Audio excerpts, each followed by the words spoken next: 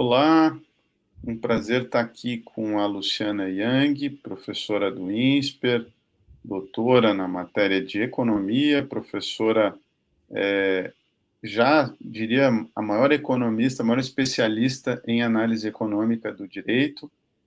Seu doutorado é na USP, e também doutor pela USP, mas na área do direito, e presidente do Comitê Brasileiro de Arbitragem, o doutor André Abud. Muito bacana tê-la aqui nesse debate, um debate que pretende discutir a relação da arbitragem com a economia e com os mercados. Os economistas têm muito a expressão, né, do que é anedótico e do que é evidências, né, empíricas. O pessoal do direito ainda inicia os estudos em jurimetria, enfim. E, de fato, existe vamos dizer assim, uma narrativa de que a arbitragem tem se tornado muito distante das práticas de mercado, que tem se tornado muito parecido com o Poder Judiciário como ferramenta, né? E que a solução oferecida é uma solução pelos árbitros e árbitras que, por vezes, causa algum estranhamento, né, das partes, especialmente das empresas. Pode ser porque as empresas, por seus departamentos jurídicos, também reproduzam, de alguma maneira, o raciocínio mais jurídico do que econômico, embora muito se escute em eventos de departamentos jurídicos, né, que tem que conhecer os negócios, que o jurídico tem que estar alinhado com os negócios da empresa.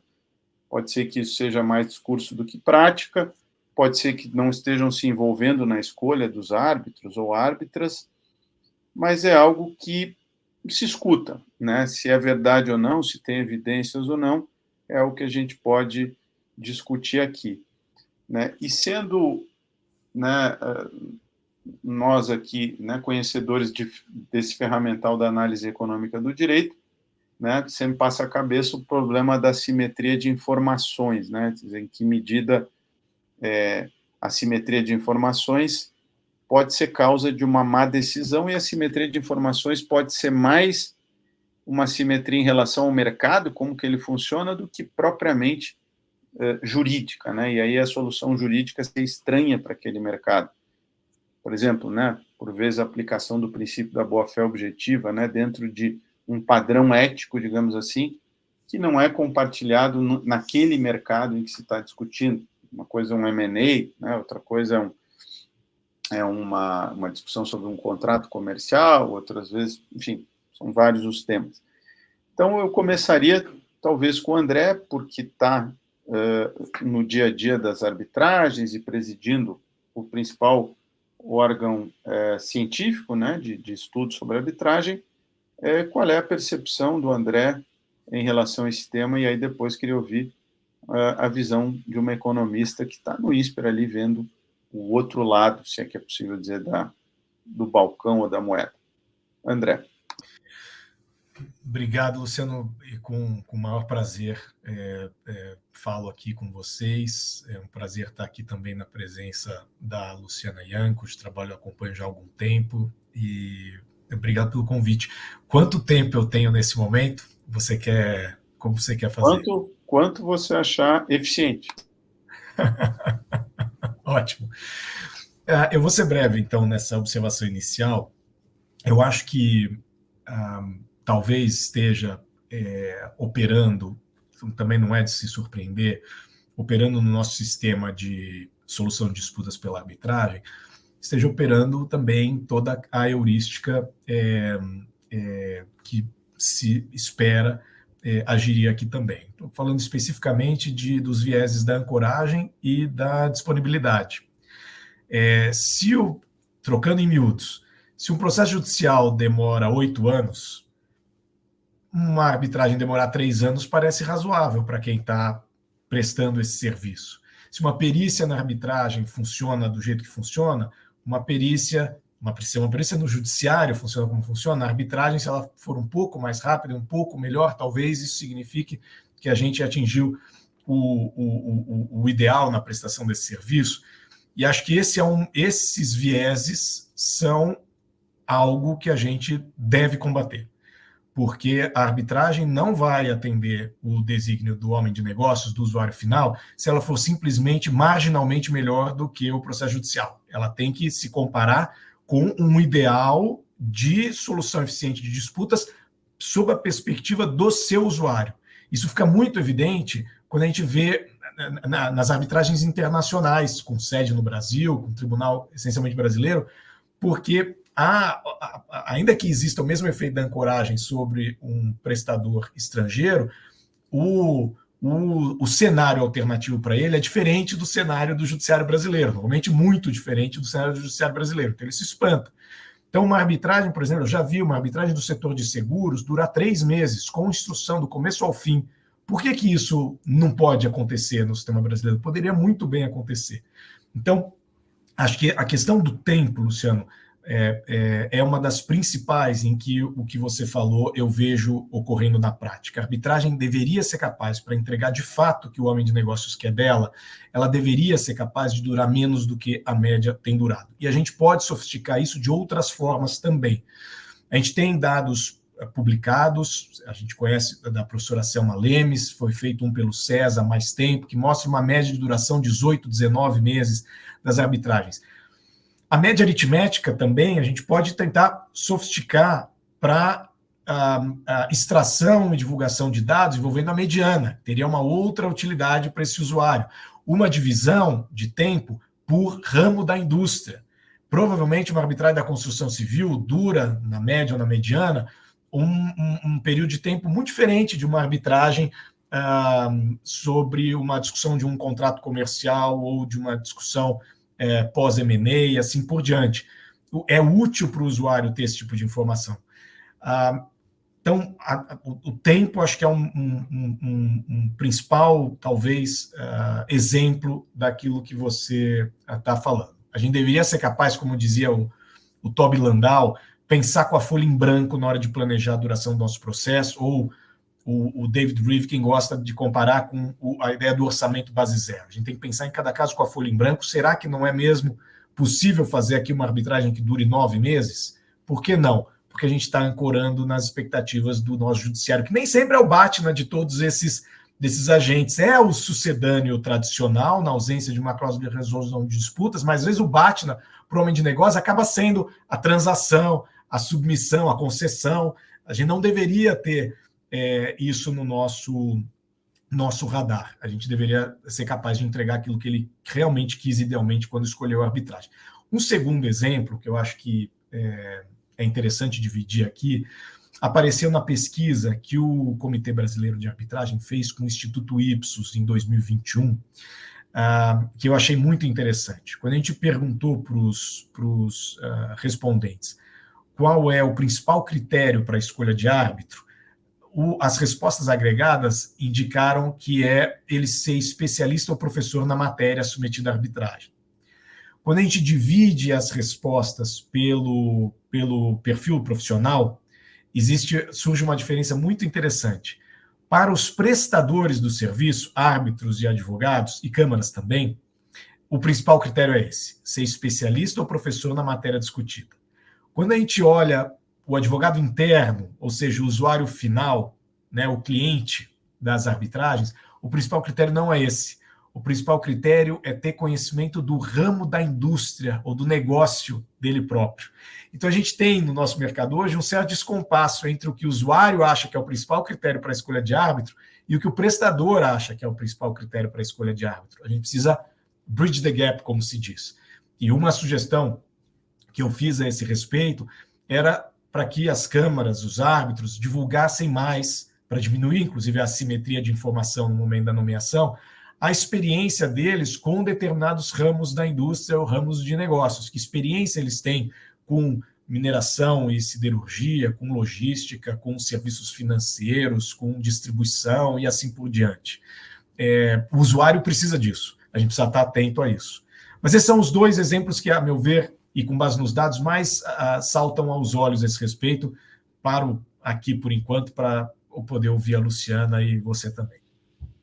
Bacana. Então, vamos ver o que a professora Luciana nos reage, como ela reage, como diriam os americanos, né, a essa fala inicial. Bom, boa noite a todos. Primeiro agradecer ao Luciano por confiar, né, esse convite a mim a participar aqui dessa conversa. Também cumprimentar a doutora Andréa Abud por essa oportunidade de estarmos juntos debatendo sobre essa questão. Sobre a perspectiva da análise econômica do direito, diversos têm sido os trabalhos, as discussões, né, sobre as potenciais vantagens da arbitragem, né, e ela vai muito nesse caminho que, né, acho que todos conhecem muito bem, mas que acho que vale a pena a gente reenfatizar, né. Eu comecei minha interação com o mundo do direito justamente estudando as mazelas do judiciário, né, sobretudo o judiciário brasileiro. E a gente ficaria a vida inteira, assim, né, discutindo de todos os problemas, as dificuldades de mudanças, né, então tudo é muito complicado, reconhece-se até os erros, né, isso demorou algum tempo, mas reconhece-se finalmente, agora até conseguir uma mudança, isso realmente, né, não sei se a gente vai enxergar isso ainda nessa encarnação.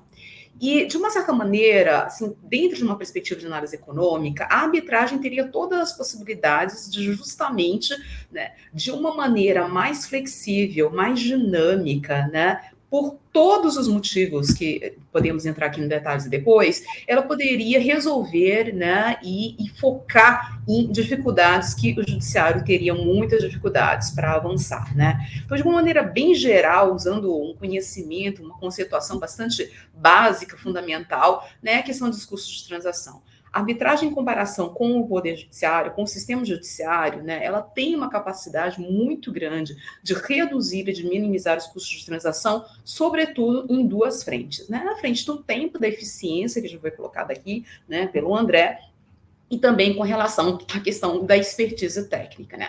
Essas duas fontes, né, a ineficiência trazida por uma duração longa e também uma falta de conhecimento técnico são as grandes, na verdade, fontes de custos de transação, não só em conflitos, né, entre partes, mas no dia a dia da atividade econômica, né, da atividade empresarial, né. Então, a gente vive num mundo em que, na verdade, as pessoas podem se enganar achando que, por conta da tecnologia da informação, dos aprendizados, do fluxo de informações, até mesmo técnicas, né, que acontecem nas redes, que acontecem na internet, que acontecem, enfim, sei lá, em cursos, né, abertos, as pessoas têm uma falsa impressão de que, na verdade, o conhecimento está sendo mais facilmente alcançado. Eu sempre digo que não. Eu acho, assim, que, na verdade, a qualidade da informação, né, a informação que tem uma boa qualidade, na verdade, ela está cada vez mais difícil de ser acessada. Então, isso é uma coisa que a arbitragem poderia, de uma certa maneira, pelo menos, né, ao que a gente imaginava no começo, acessar. Só que quando a gente vai para o mundo prático, aí depois decorridos de alguns anos, e a gente tem vários dados, certamente vocês todos conhecem muito mais do que eu, de como que a arbitragem ela realmente, né, ganhou um espaço, né, no Brasil.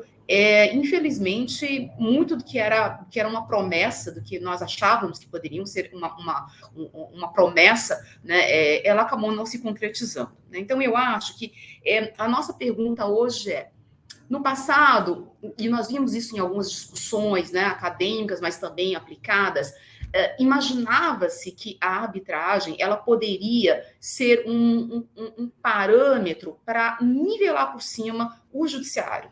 Inclusive, nós até vimos alguns trabalhos, né? Teve até um trabalho recente de uma defesa de dissertação de mestrado, o professor Luciano Tim também participou juntamente comigo lá na FGV, né? Em que se mostrou que, pelo menos aqui, né, na Justiça de São Paulo, as varas especializadas elas estavam vendo o que estava acontecendo, né?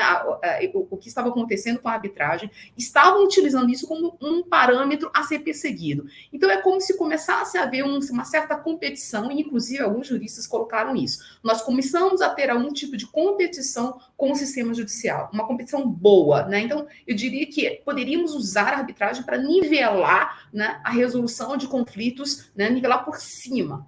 Só que o que está acontecendo, né, o que parece, claro que a gente não vai querer generalizar, mas o que está acontecendo, na verdade, ao contrário, né? Então, ao invés da arbitragem ser um parâmetro, né, para cima, para o próprio sistema judicial, na verdade, ela está meio que, entre aspas, se nivelando por baixo, né? E aí é um pouco o que o André falou, se a gente for utilizar, né, as médias, né, os parâmetros do judiciário brasileiro, aí ferrou, né? Porque é muito fácil, qualquer coisa pode ser melhor do que o sistema judiciário brasileiro. E isso seria o que eu diria, estamos nivelando por baixo a arbitragem, né? Então a gente não pode deixar isso acontecer.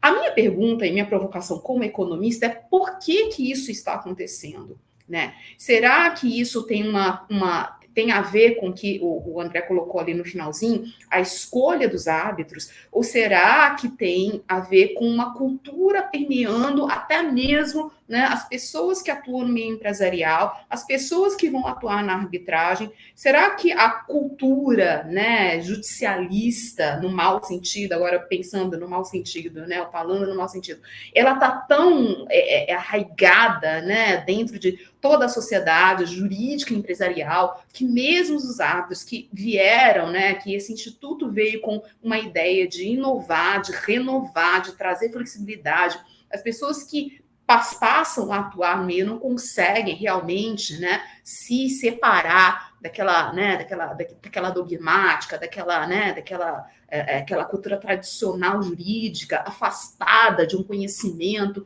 não de conhecimento, mas de uma prática, de um consequencialismo econômico, empresarial. Será que é isso? Então, a minha pergunta como economista é essa. Por que um instrumento que teria todas as chances, né, de trazer algo de novo, de levantar aí, né, a barra, né, aumentar aí a barra da qualidade do sistema de resolução de conflitos, na verdade está meio que agora se resvalando e caindo na mesma, né, vala comum dos problemas, de todos os problemas do sistema judiciário? É uma provocação que eu faço como economista para, né, o pessoal do direito, né?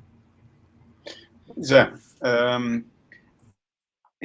Esse tema de como que a cultura jurídica ela acaba, de alguma maneira, influenciando, pode sim ser uma explicação a partir do momento em que,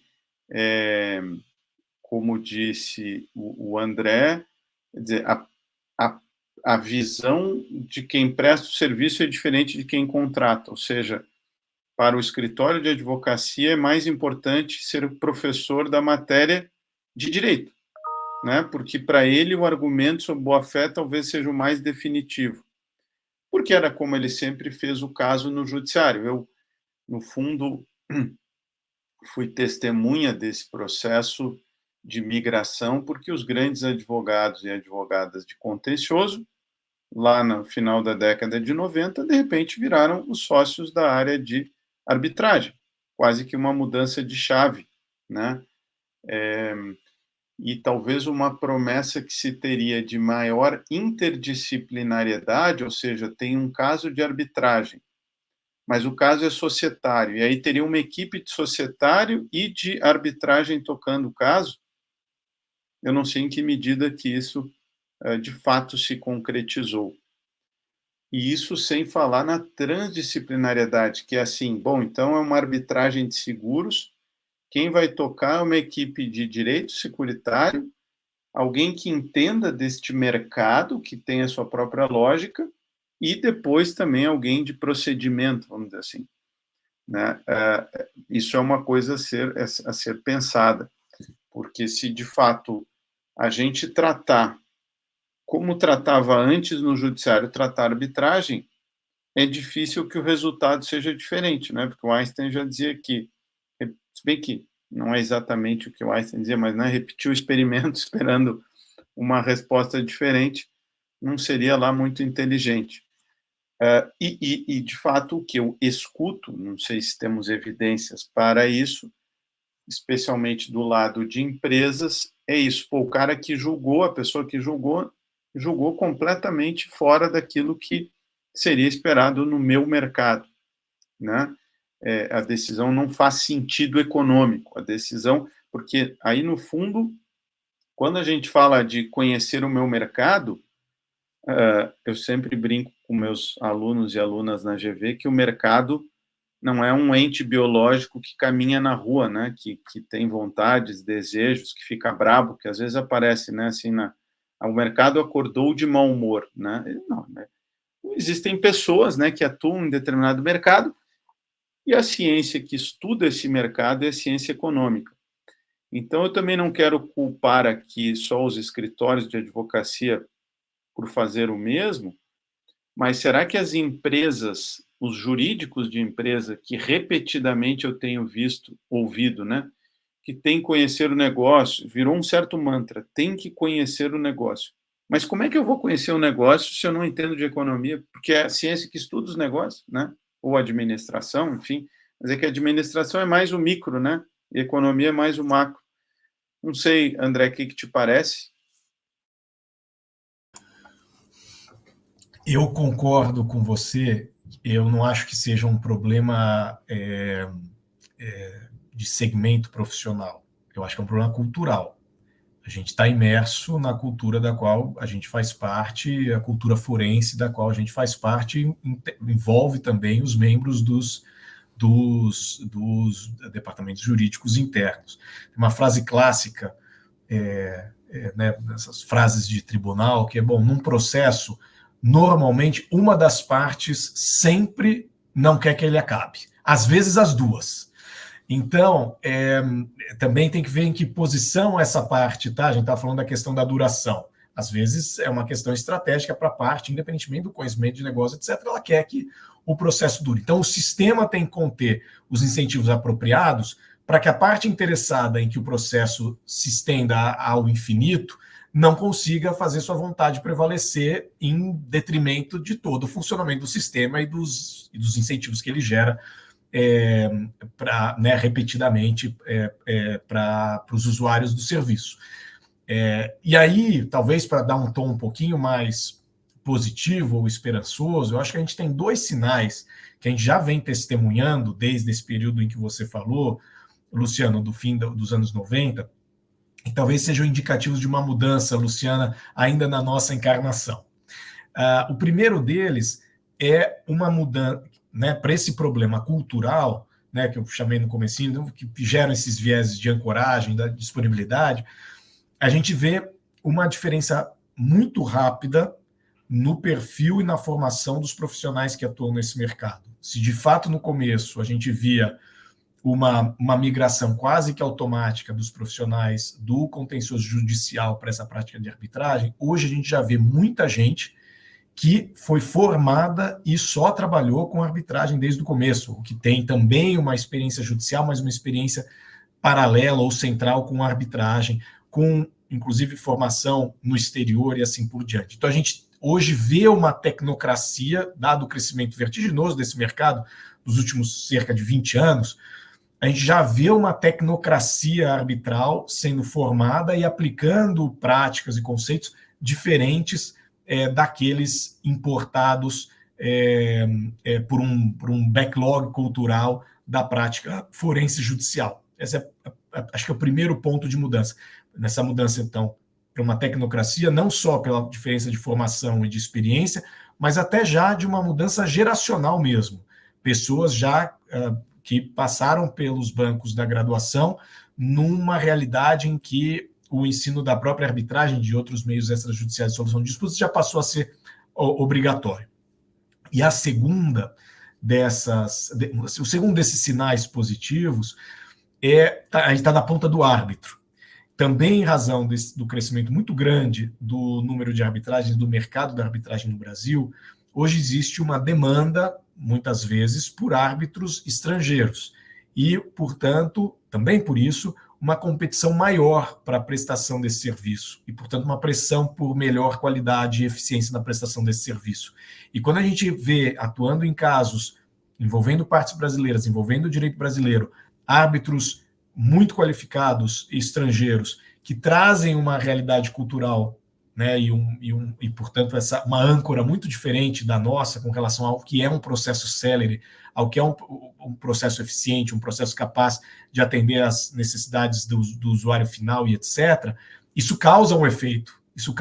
Nosso mercado, portanto, hoje, o nosso mercado relevante deixou de ser o mercado doméstico, mesmo mercado atendido pelo Judiciário Nacional, para ser um mercado de árbitros hoje no Brasil, ele é um mercado transnacional, pelo menos nos casos em que economicamente isso se justifica. Isso tem tido um efeito, a meu ver, muito positivo para o aumento da qualidade de eficiência. Eu acho que a gente, nesse sentido, não está nivelando por baixo, ou pelo menos está numa curva de progressão positiva nesse sentido, em que o mau prestador de serviço, o prestador de serviço que acabe ficando aquém daquilo que se espera dele, hoje tem competidores capazes de atender com mais qualidade, com mais presteza, e esses vão acabar prevalecendo no mercado.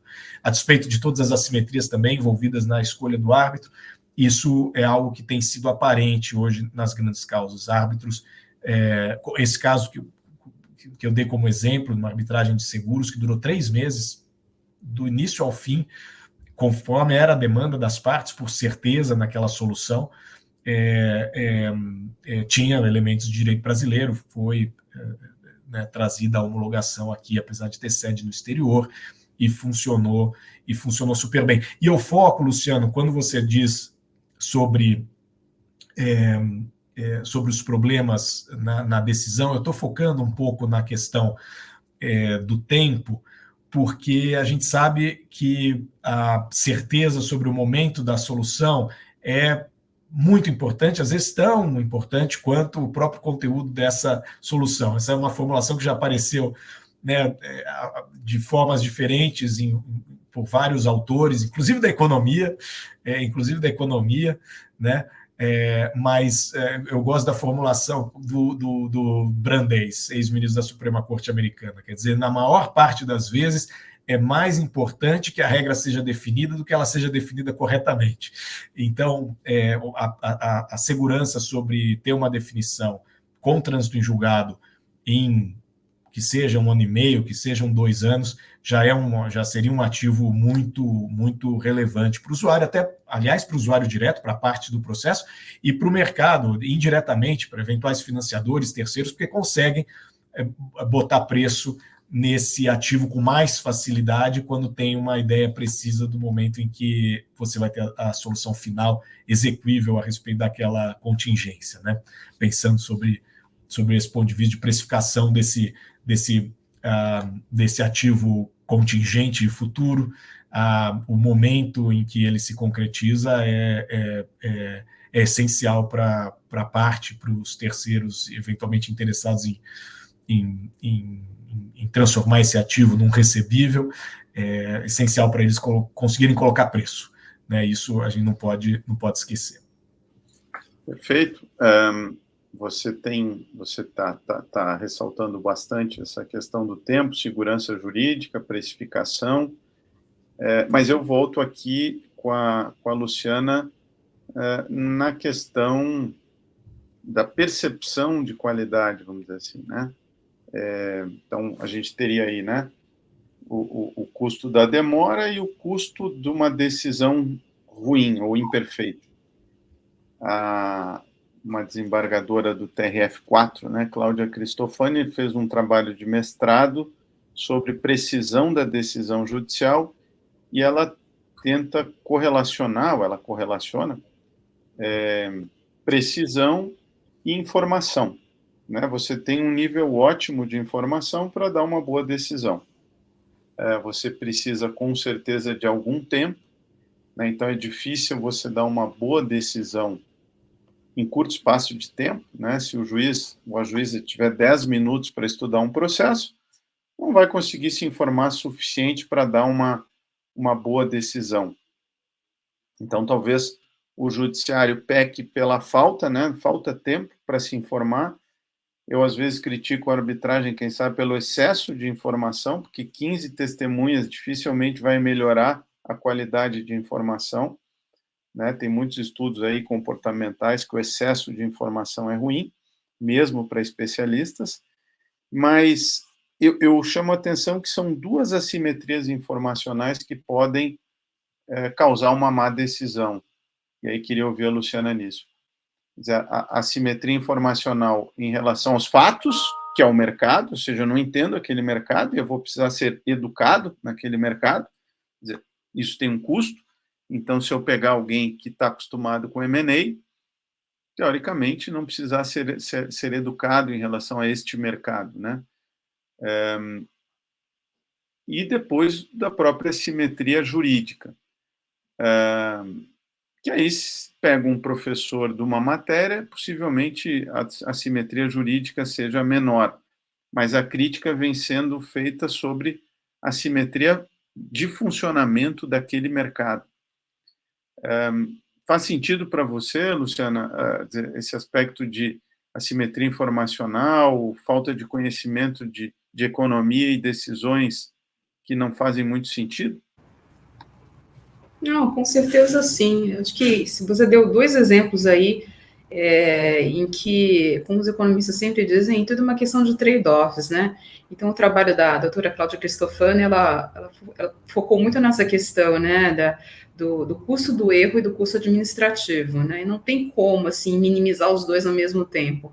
Ou você minimiza, né, as chances do erro, tendo muita informação a respeito dela, só que aí você aumenta o custo administrativo, ou então você reduz o custo administrativo, mas às custas de uma grande chance de um custo de erro bastante alto.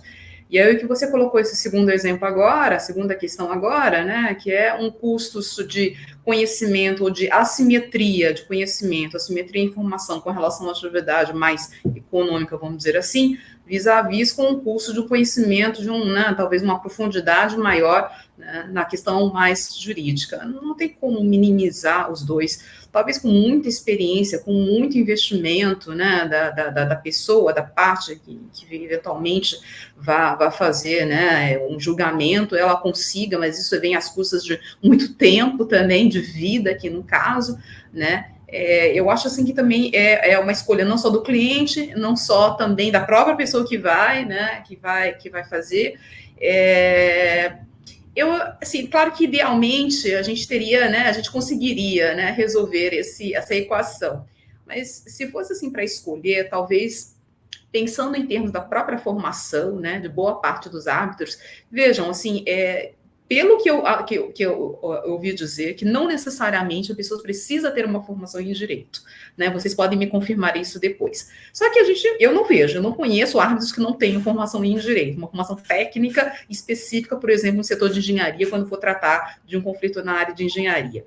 Para essa pessoa, né, que se eventualmente tivesse puramente uma formação técnica da área, talvez seria mais importante ele ter, né, os meandros, né, realmente de soluções de conflitos, né, entender melhor, né, uma questão jurídica. Agora, para boa parte, né, daqueles atuantes, né, na arbitragem, eu acredito que seria mais importante, né, talvez pela, entre aspas, novidade, né, e pela complementaridade da sua formação, um conhecimento maior, né, dos setores das atividades econômicas que estão se tornando cada vez mais sofisticadas, né? Então, não com todo respeito, né, eu não acho que uma pessoa que tenha passado, né, 100% da sua formação, né, dentro de academias jurídicas, por mais que conheça teoricamente o setor, ela vai estar atualizada o suficiente para, né, resolver e pacificar conflitos que normalmente vêm das questões mais complexas, mais de vanguardas, exatamente daquele setor de atividade.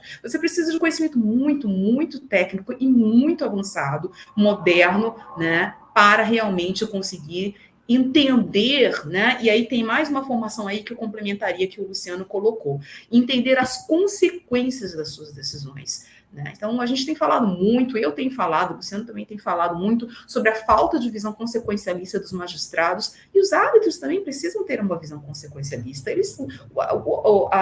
O impacto das suas decisões tem o mesmo impacto das decisões de magistrados. Por que a eles também, né, não seria exigido um conhecimento consequencialista das suas decisões? E para ter um conhecimento consequencialista, você precisa conhecer muito bem tecnicamente esse setor em que você está atuando, né? E minimamente um conhecimento sobre as questões empresariais de vanguarda, né? Finanças corporativas, organização, né? Governança das empresas, enfim, né? Todas as questões que são bem da área, né, de gestão, da parte empresarial, eu considero isso, assim, imprescindível, né? Enfim, essa é a minha perspectiva.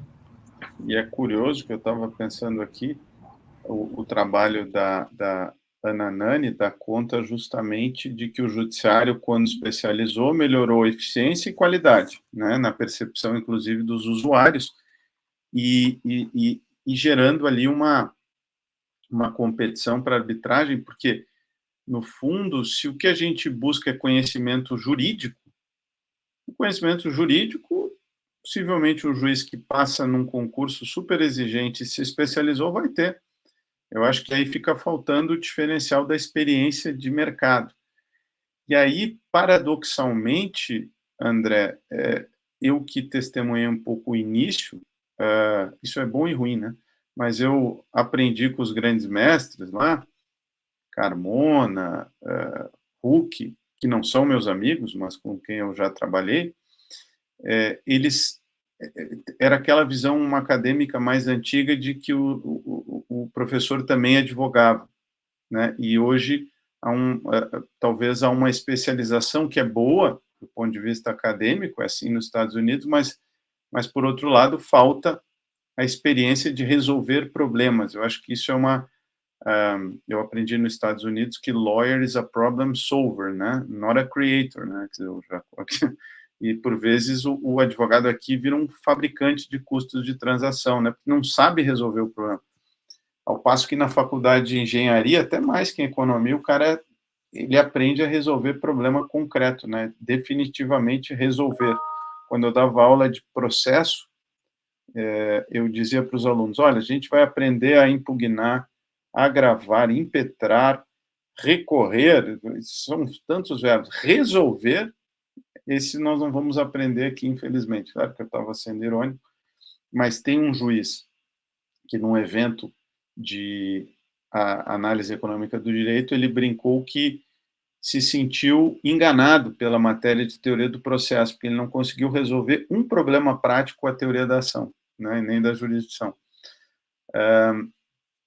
Claro, a gente está brincando aqui um pouco, mas isso, quando a gente fala em cultura, a gente está falando em formação, né? E eu trabalhei no currículo de uma faculdade lá na Unicinos e pude examinar alguns currículos das faculdades de direito mais tradicionais, eles praticamente remontam ao século XIX, né? Pouco se estuda de estatística, pouco se estuda de comportamento, né? Os americanos já mudaram o currículo, né? Em razão do realismo jurídico, os americanos passaram a estudar o que diz o judiciário e foram treinados a argumentar. Então, nós perdemos o estudo da argumentação, da retórica, né? Não temos estatística, e ficou um estudo um pouco ensimesmado sobre opiniões de autores, né? Que são importantes, mas eu aqui terminaria, então, perguntando para cada um de vocês, também por um jovem, né? Uma jovem que está querendo se dedicar à arbitragem diante do que a gente está conversando, vocês acham mais importante ou mais interessante essa pessoa que quer seguir a arbitragem, estudar o mercado, por exemplo, fazer um MBA em finanças para fazer arbitragem de M&A, fazer um mestrado em economia do agronegócio para quem quer trabalhar em arbitragem do agronegócio, ou fazer uma pós em arbitragem ou em processo? Vou começar com o André.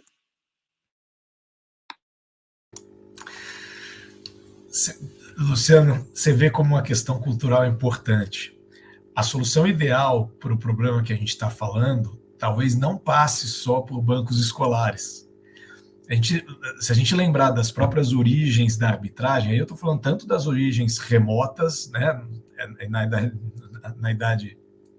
antiguidade clássica, quanto nas origens mais modernas. O árbitro ideal, o árbitro capaz de ter essas habilidades, vou chamar de habilidades de propósito, em vez de conhecimento, que o usuário final quer, essa habilidade, normalmente, vem da experiência, da vivência com esse mercado, não por ler um livro sobre aquele mercado. Né? Os melhores hábitos são justamente essas pessoas com a experiência, a respeitabilidade, portanto, a capacidade de entender o problema adequadamente. A gente só está transportando aquilo que era ideal para o árbitro desde a antiguidade clássica para aquilo que continua sendo ideal para o árbitro, né, nos nossos tempos. Então, capaz de entender realmente o problema das partes e resolver da melhor forma possível. Então, eu acho que, não é para fugir da sua pergunta, não, mas eu acho que o que a gente está aqui consensando como ideal para o árbitro, ele aprende melhor com a experiência e exposição a esses mercados do que num banco dentro da sala de aula. Mas, aí, se a gente tivesse atendo à formação teórica, eu acho que quanto mais melhor em todas as frentes, e o melhor tribunal é aquele que vai conseguir coordenar para gerar uma melhor deliberação, inclusive, né? A gente podia fazer um outro evento desse só para discutir deliberação, mas quanto maior a diversidade dentro desse universo, aí melhor, e portanto eu não acho que nenhuma formação seja ruim ou perniciosa. Acho que há formações, obviamente, mais modernas, mais antenadas, e aquelas que estão ficando mais para trás. E aí, nesse sentido, Luciano, você falou do árbitro não bacharel em direito, quer dizer, um tribunal que contenha um coárbitro, ou dois coárbitros engenheiros, para o caso que assim exija, economistas, para o caso que assim exija, se beneficiam também tendo um deles, talvez o presidente, bacharel em direito, para garantir que o processo seja conduzido da melhor forma possível, para além da solução final, levar em conta os conhecimentos técnicos daqueles não bacharéis em direito. Então, essa diversidade, a meu ver, é a capaz, na formação teórica, de gerar a melhor pluralidade e, em complementação, aquilo que, a meu ver, é essencial, que é essa experiência, essa vivência nesses universos e nessas realidades da indústria. E sobre a formação ainda, Luciano, uma última observação, você falou das universidades americanas, na tradição, seguindo Harvard, né, ter essa preocupação com o realismo jurídico. Isso já faz mais de 100 anos. E recentemente, bem recentemente mesmo, Harvard, que é onde foi criado esse currículo, né, lá no tempo do Langdon, atualizou para incluir que disciplina para os primeiranistas? Problem solving, solução de problemas. É exatamente o ponto, atentos à preocupação que você externou. O advogado tem que aprender, antes de qualquer coisa, antes de qualquer matéria dogmática, a ser um resolvedor e não um criador de problemas. Bacana. Luciana, gostaria de comentar? Bom, já que eu fui beneficiada de vir depois o André, eu vou tomar um pouco a carona em alguma coisa que ele falou. De fato, assim, basear uma formação nos bancos escolares é problemático, né? O próprio Luciano falou, vocês sabem muito melhor do que eu, assim, sobre a questão da formação do direito, mas eu vou falar da formação em economia, né? Eu fui coordenadora de cursos de economia por 8 anos, trabalhei na coordenação mais 4, então mais de uma década dedicada aí a pensar sobre os cursos. E eu tenho uma grande crítica como a economia ensinada. Assim, o meu curso de economia na USP, assim, uma droga, assim, sinceramente, né? Claro que faz muito tempo, né? De lá para cá as coisas mudaram. Mas, assim, vou dar um exemplo bem prático, que é uma questão muito importante que as pessoas do direito têm, né? Principalmente as pessoas que estudam a ED têm se preocupado muito, a análise econômica do direito, que é a parte empírica, né? Estudo empírico, a estatística, a econometria. Tanto a minha formação toda em econometria, tanto na minha graduação, isso nos idos anos 90, quanto nos Estados Unidos, no mestrado, ela foi completamente teórica. E, assim, teoria de economia não serve para nada, né? A não ser que você vá ser um teórico a criar um novo modelo, né? A econometria a gente aprende, assim, na prática. Sábado agora eu tive aí a grande honra de participar de um curso do mestrado profissional em Direito, aí da FGV fui convidado pelo professor Mário Engler, o Luciano conhece também, para justamente falar sobre pesquisa empírica em Direito. E eu falei para eles, né, eu falo para todo mundo quando eu dou aula de pesquisa empírica, que essa parte empírica, né, a gente aprende na prática. E, infelizmente, são pouquíssimas as escolas no Brasil, não vou falar pelo mundo, porque eu também não sei, eu sei muita coisa tem mudado lá fora. Até hoje, né, 2023, nós temos pouquíssimos cursos no Brasil em que ensina econometria na prática, e não, né, o professor derivando teoremas e provas, né, sobre um modelo econométrico na lousa, que foi como eu aprendi, né? Então, é problemático, a gente sabe que a gente tem muitos desafios a vencer, né, nas escolas de nível superior, né? A formação em administração é um pouco melhor, né? Claro, assim, que eu, quando eu estava lá no INSPER, uma das primeiras coisas que eu fiz foi criar um novo curso completamente, uma sequência, na verdade, de cursos completamente de resolução de problemas, né? Não reinventamos a roda, fomos buscar, né, os melhores exemplos. O curso de administração tende a ser mais aplicado, ele tem essa natureza mais pragmática, e os de engenharia mais ainda, né? Então, eu acho, assim, que não dá mesmo para a gente ficar, né, dependendo somente dos bancos escolares para formação profissional, né? Então, o que o André falou, assim, é muito certo. Claro, assim, que um profissional ideal... Por que os profissionais de reputação são realmente os mais experientes, né? Por que a experiência conta? Por conta dessa vivência. Então, eu acho, aí, não fugindo da pergunta que o Luciano colocou, né? Um jovem, uma jovem que tenham essa ambição de trabalhar com arbitragem e também trabalhar com magistratura, tem que ser um resolvedor de problemas, né? Realmente tem que ter esse espírito pragmático, né? De vamos resolver o problema. Só que vivendo assim, andando também pelo meio corporativo, a gente também vê que isso, infelizmente, não é uma tradição muito brasileira, né? O brasileiro, se eu puder, né, generalizar, né, assim, como eu convivo com muitas culturas, assim, familiarmente, com os amigos, o brasileiro gosta muito de fugir de problemas, deixa para o outro, deixa para o chefe, né? Então, essa coisa de tomar iniciativas, vamos resolver um problema, é uma coisa que a gente precisa, né, incorporar, não somente dentro do meio jurídico, mas do meio organizacional mesmo, né? Até mesmo em empresas, né, de grande tradição, renome, multinacionais, você vê que essa cultura de resolver problema, ela não está ainda muito impregnada, né, nos nossos colaboradores e colaboradoras. Então, eu acho que isso também é uma coisa que poderia ser reforçado mais, né, não só na formação tradicional dos bancos escolares, mas também, não sei, numa vivência e nesses cursos de treinamento, estágios, né? Eu acho que o estágio não é perfeito. Estagiário tem que aprender, né, a lidar com resolver problemas, né? O trainee, né? A ideia inicial de um trainee é para resolver problema, né? Então, na fase inicial profissional, assim, as jovens precisam, né, não ter medo de resolver problema. Claro que isso passa por uma questão de cultura organizacional. Se você tem uma cultura organizacional que é muito repressora, né, de ficar culpando, de ficar punindo, isso você vai afastar os resolvedores de problema. É uma longa história, quem sabe para uma próxima conversa, né, Luciano? Muito bacana. Vários insights aqui da tua fala, quer dizer, um dos problemas do judiciário, da sua ineficiência, é a falta de gestão, né? Nos escritórios, eu já trabalhei também em escritórios grandes, na época também, assim, a cultura... Não, eu sou um advogado, né? Assim como o juiz também diz, né? Eu sou um juiz, eu não tenho que mexer em coisas menores como gestão, né? Só que o problema é gerencial no sentido macro, né? Mas bacana, assim, acredito que tivemos um debate muito interessante aqui. O que eu percebo nas empresas é que, nas empresas, o gestor jurídico ele é pressionado com budget, né, o orçamento, com conhecer o mercado. Então, eu noto mais pressão num jurídico interno de estudar administração e economia do que num escritório. Então, eu confesso que eu, às vezes, tento chocar o pessoal que faz estágio aqui, quando o cara vem com, eu quero fazer uma pós em processo, eu choco dizendo, bom, faça antes um MBA.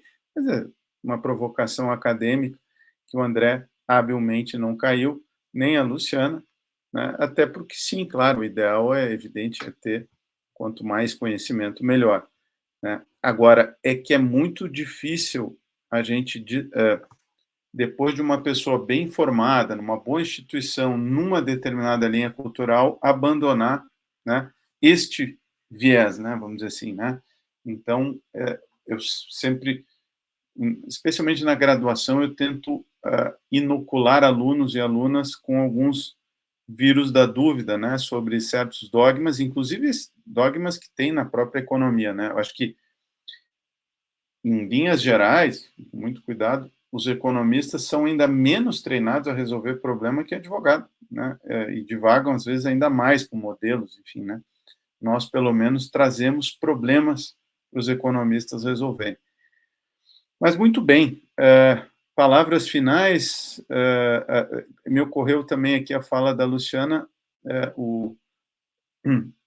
raízes do Brasil, né? Quer dizer, querer resolver problema é uma coisa que, para a nossa elite cultural, não pega bem, né?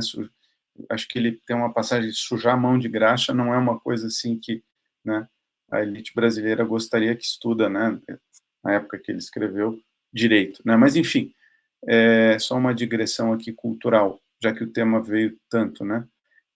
André, palavras, considerações finais, depois do Luciano. Luciano, só agradecer mais uma vez a oportunidade de discutir um tema que não recebe as devidas atenções nos eventos de arbitragem de que a gente costuma participar, então queria parabenizá-lo pela iniciativa, pela ideia, o canal Arbitragem pelo convite, e a Luciana também pela participação. Foi um prazer falar sobre isso com vocês dois. Luciana? Bom, também agradecer, né? Foi bem interessante mesmo. E, de fato, eu acho que esse é um conteúdo que deveria ser bem mais conhecido, bem mais divulgado, bem mais, né, discutido entre as pessoas. Então, parabéns aí pela escolha da temática, né, cumprimentar aí Luciano, André e o canal, né, por essa oportunidade. Fiquei muito feliz. Obrigado. Até uma próxima.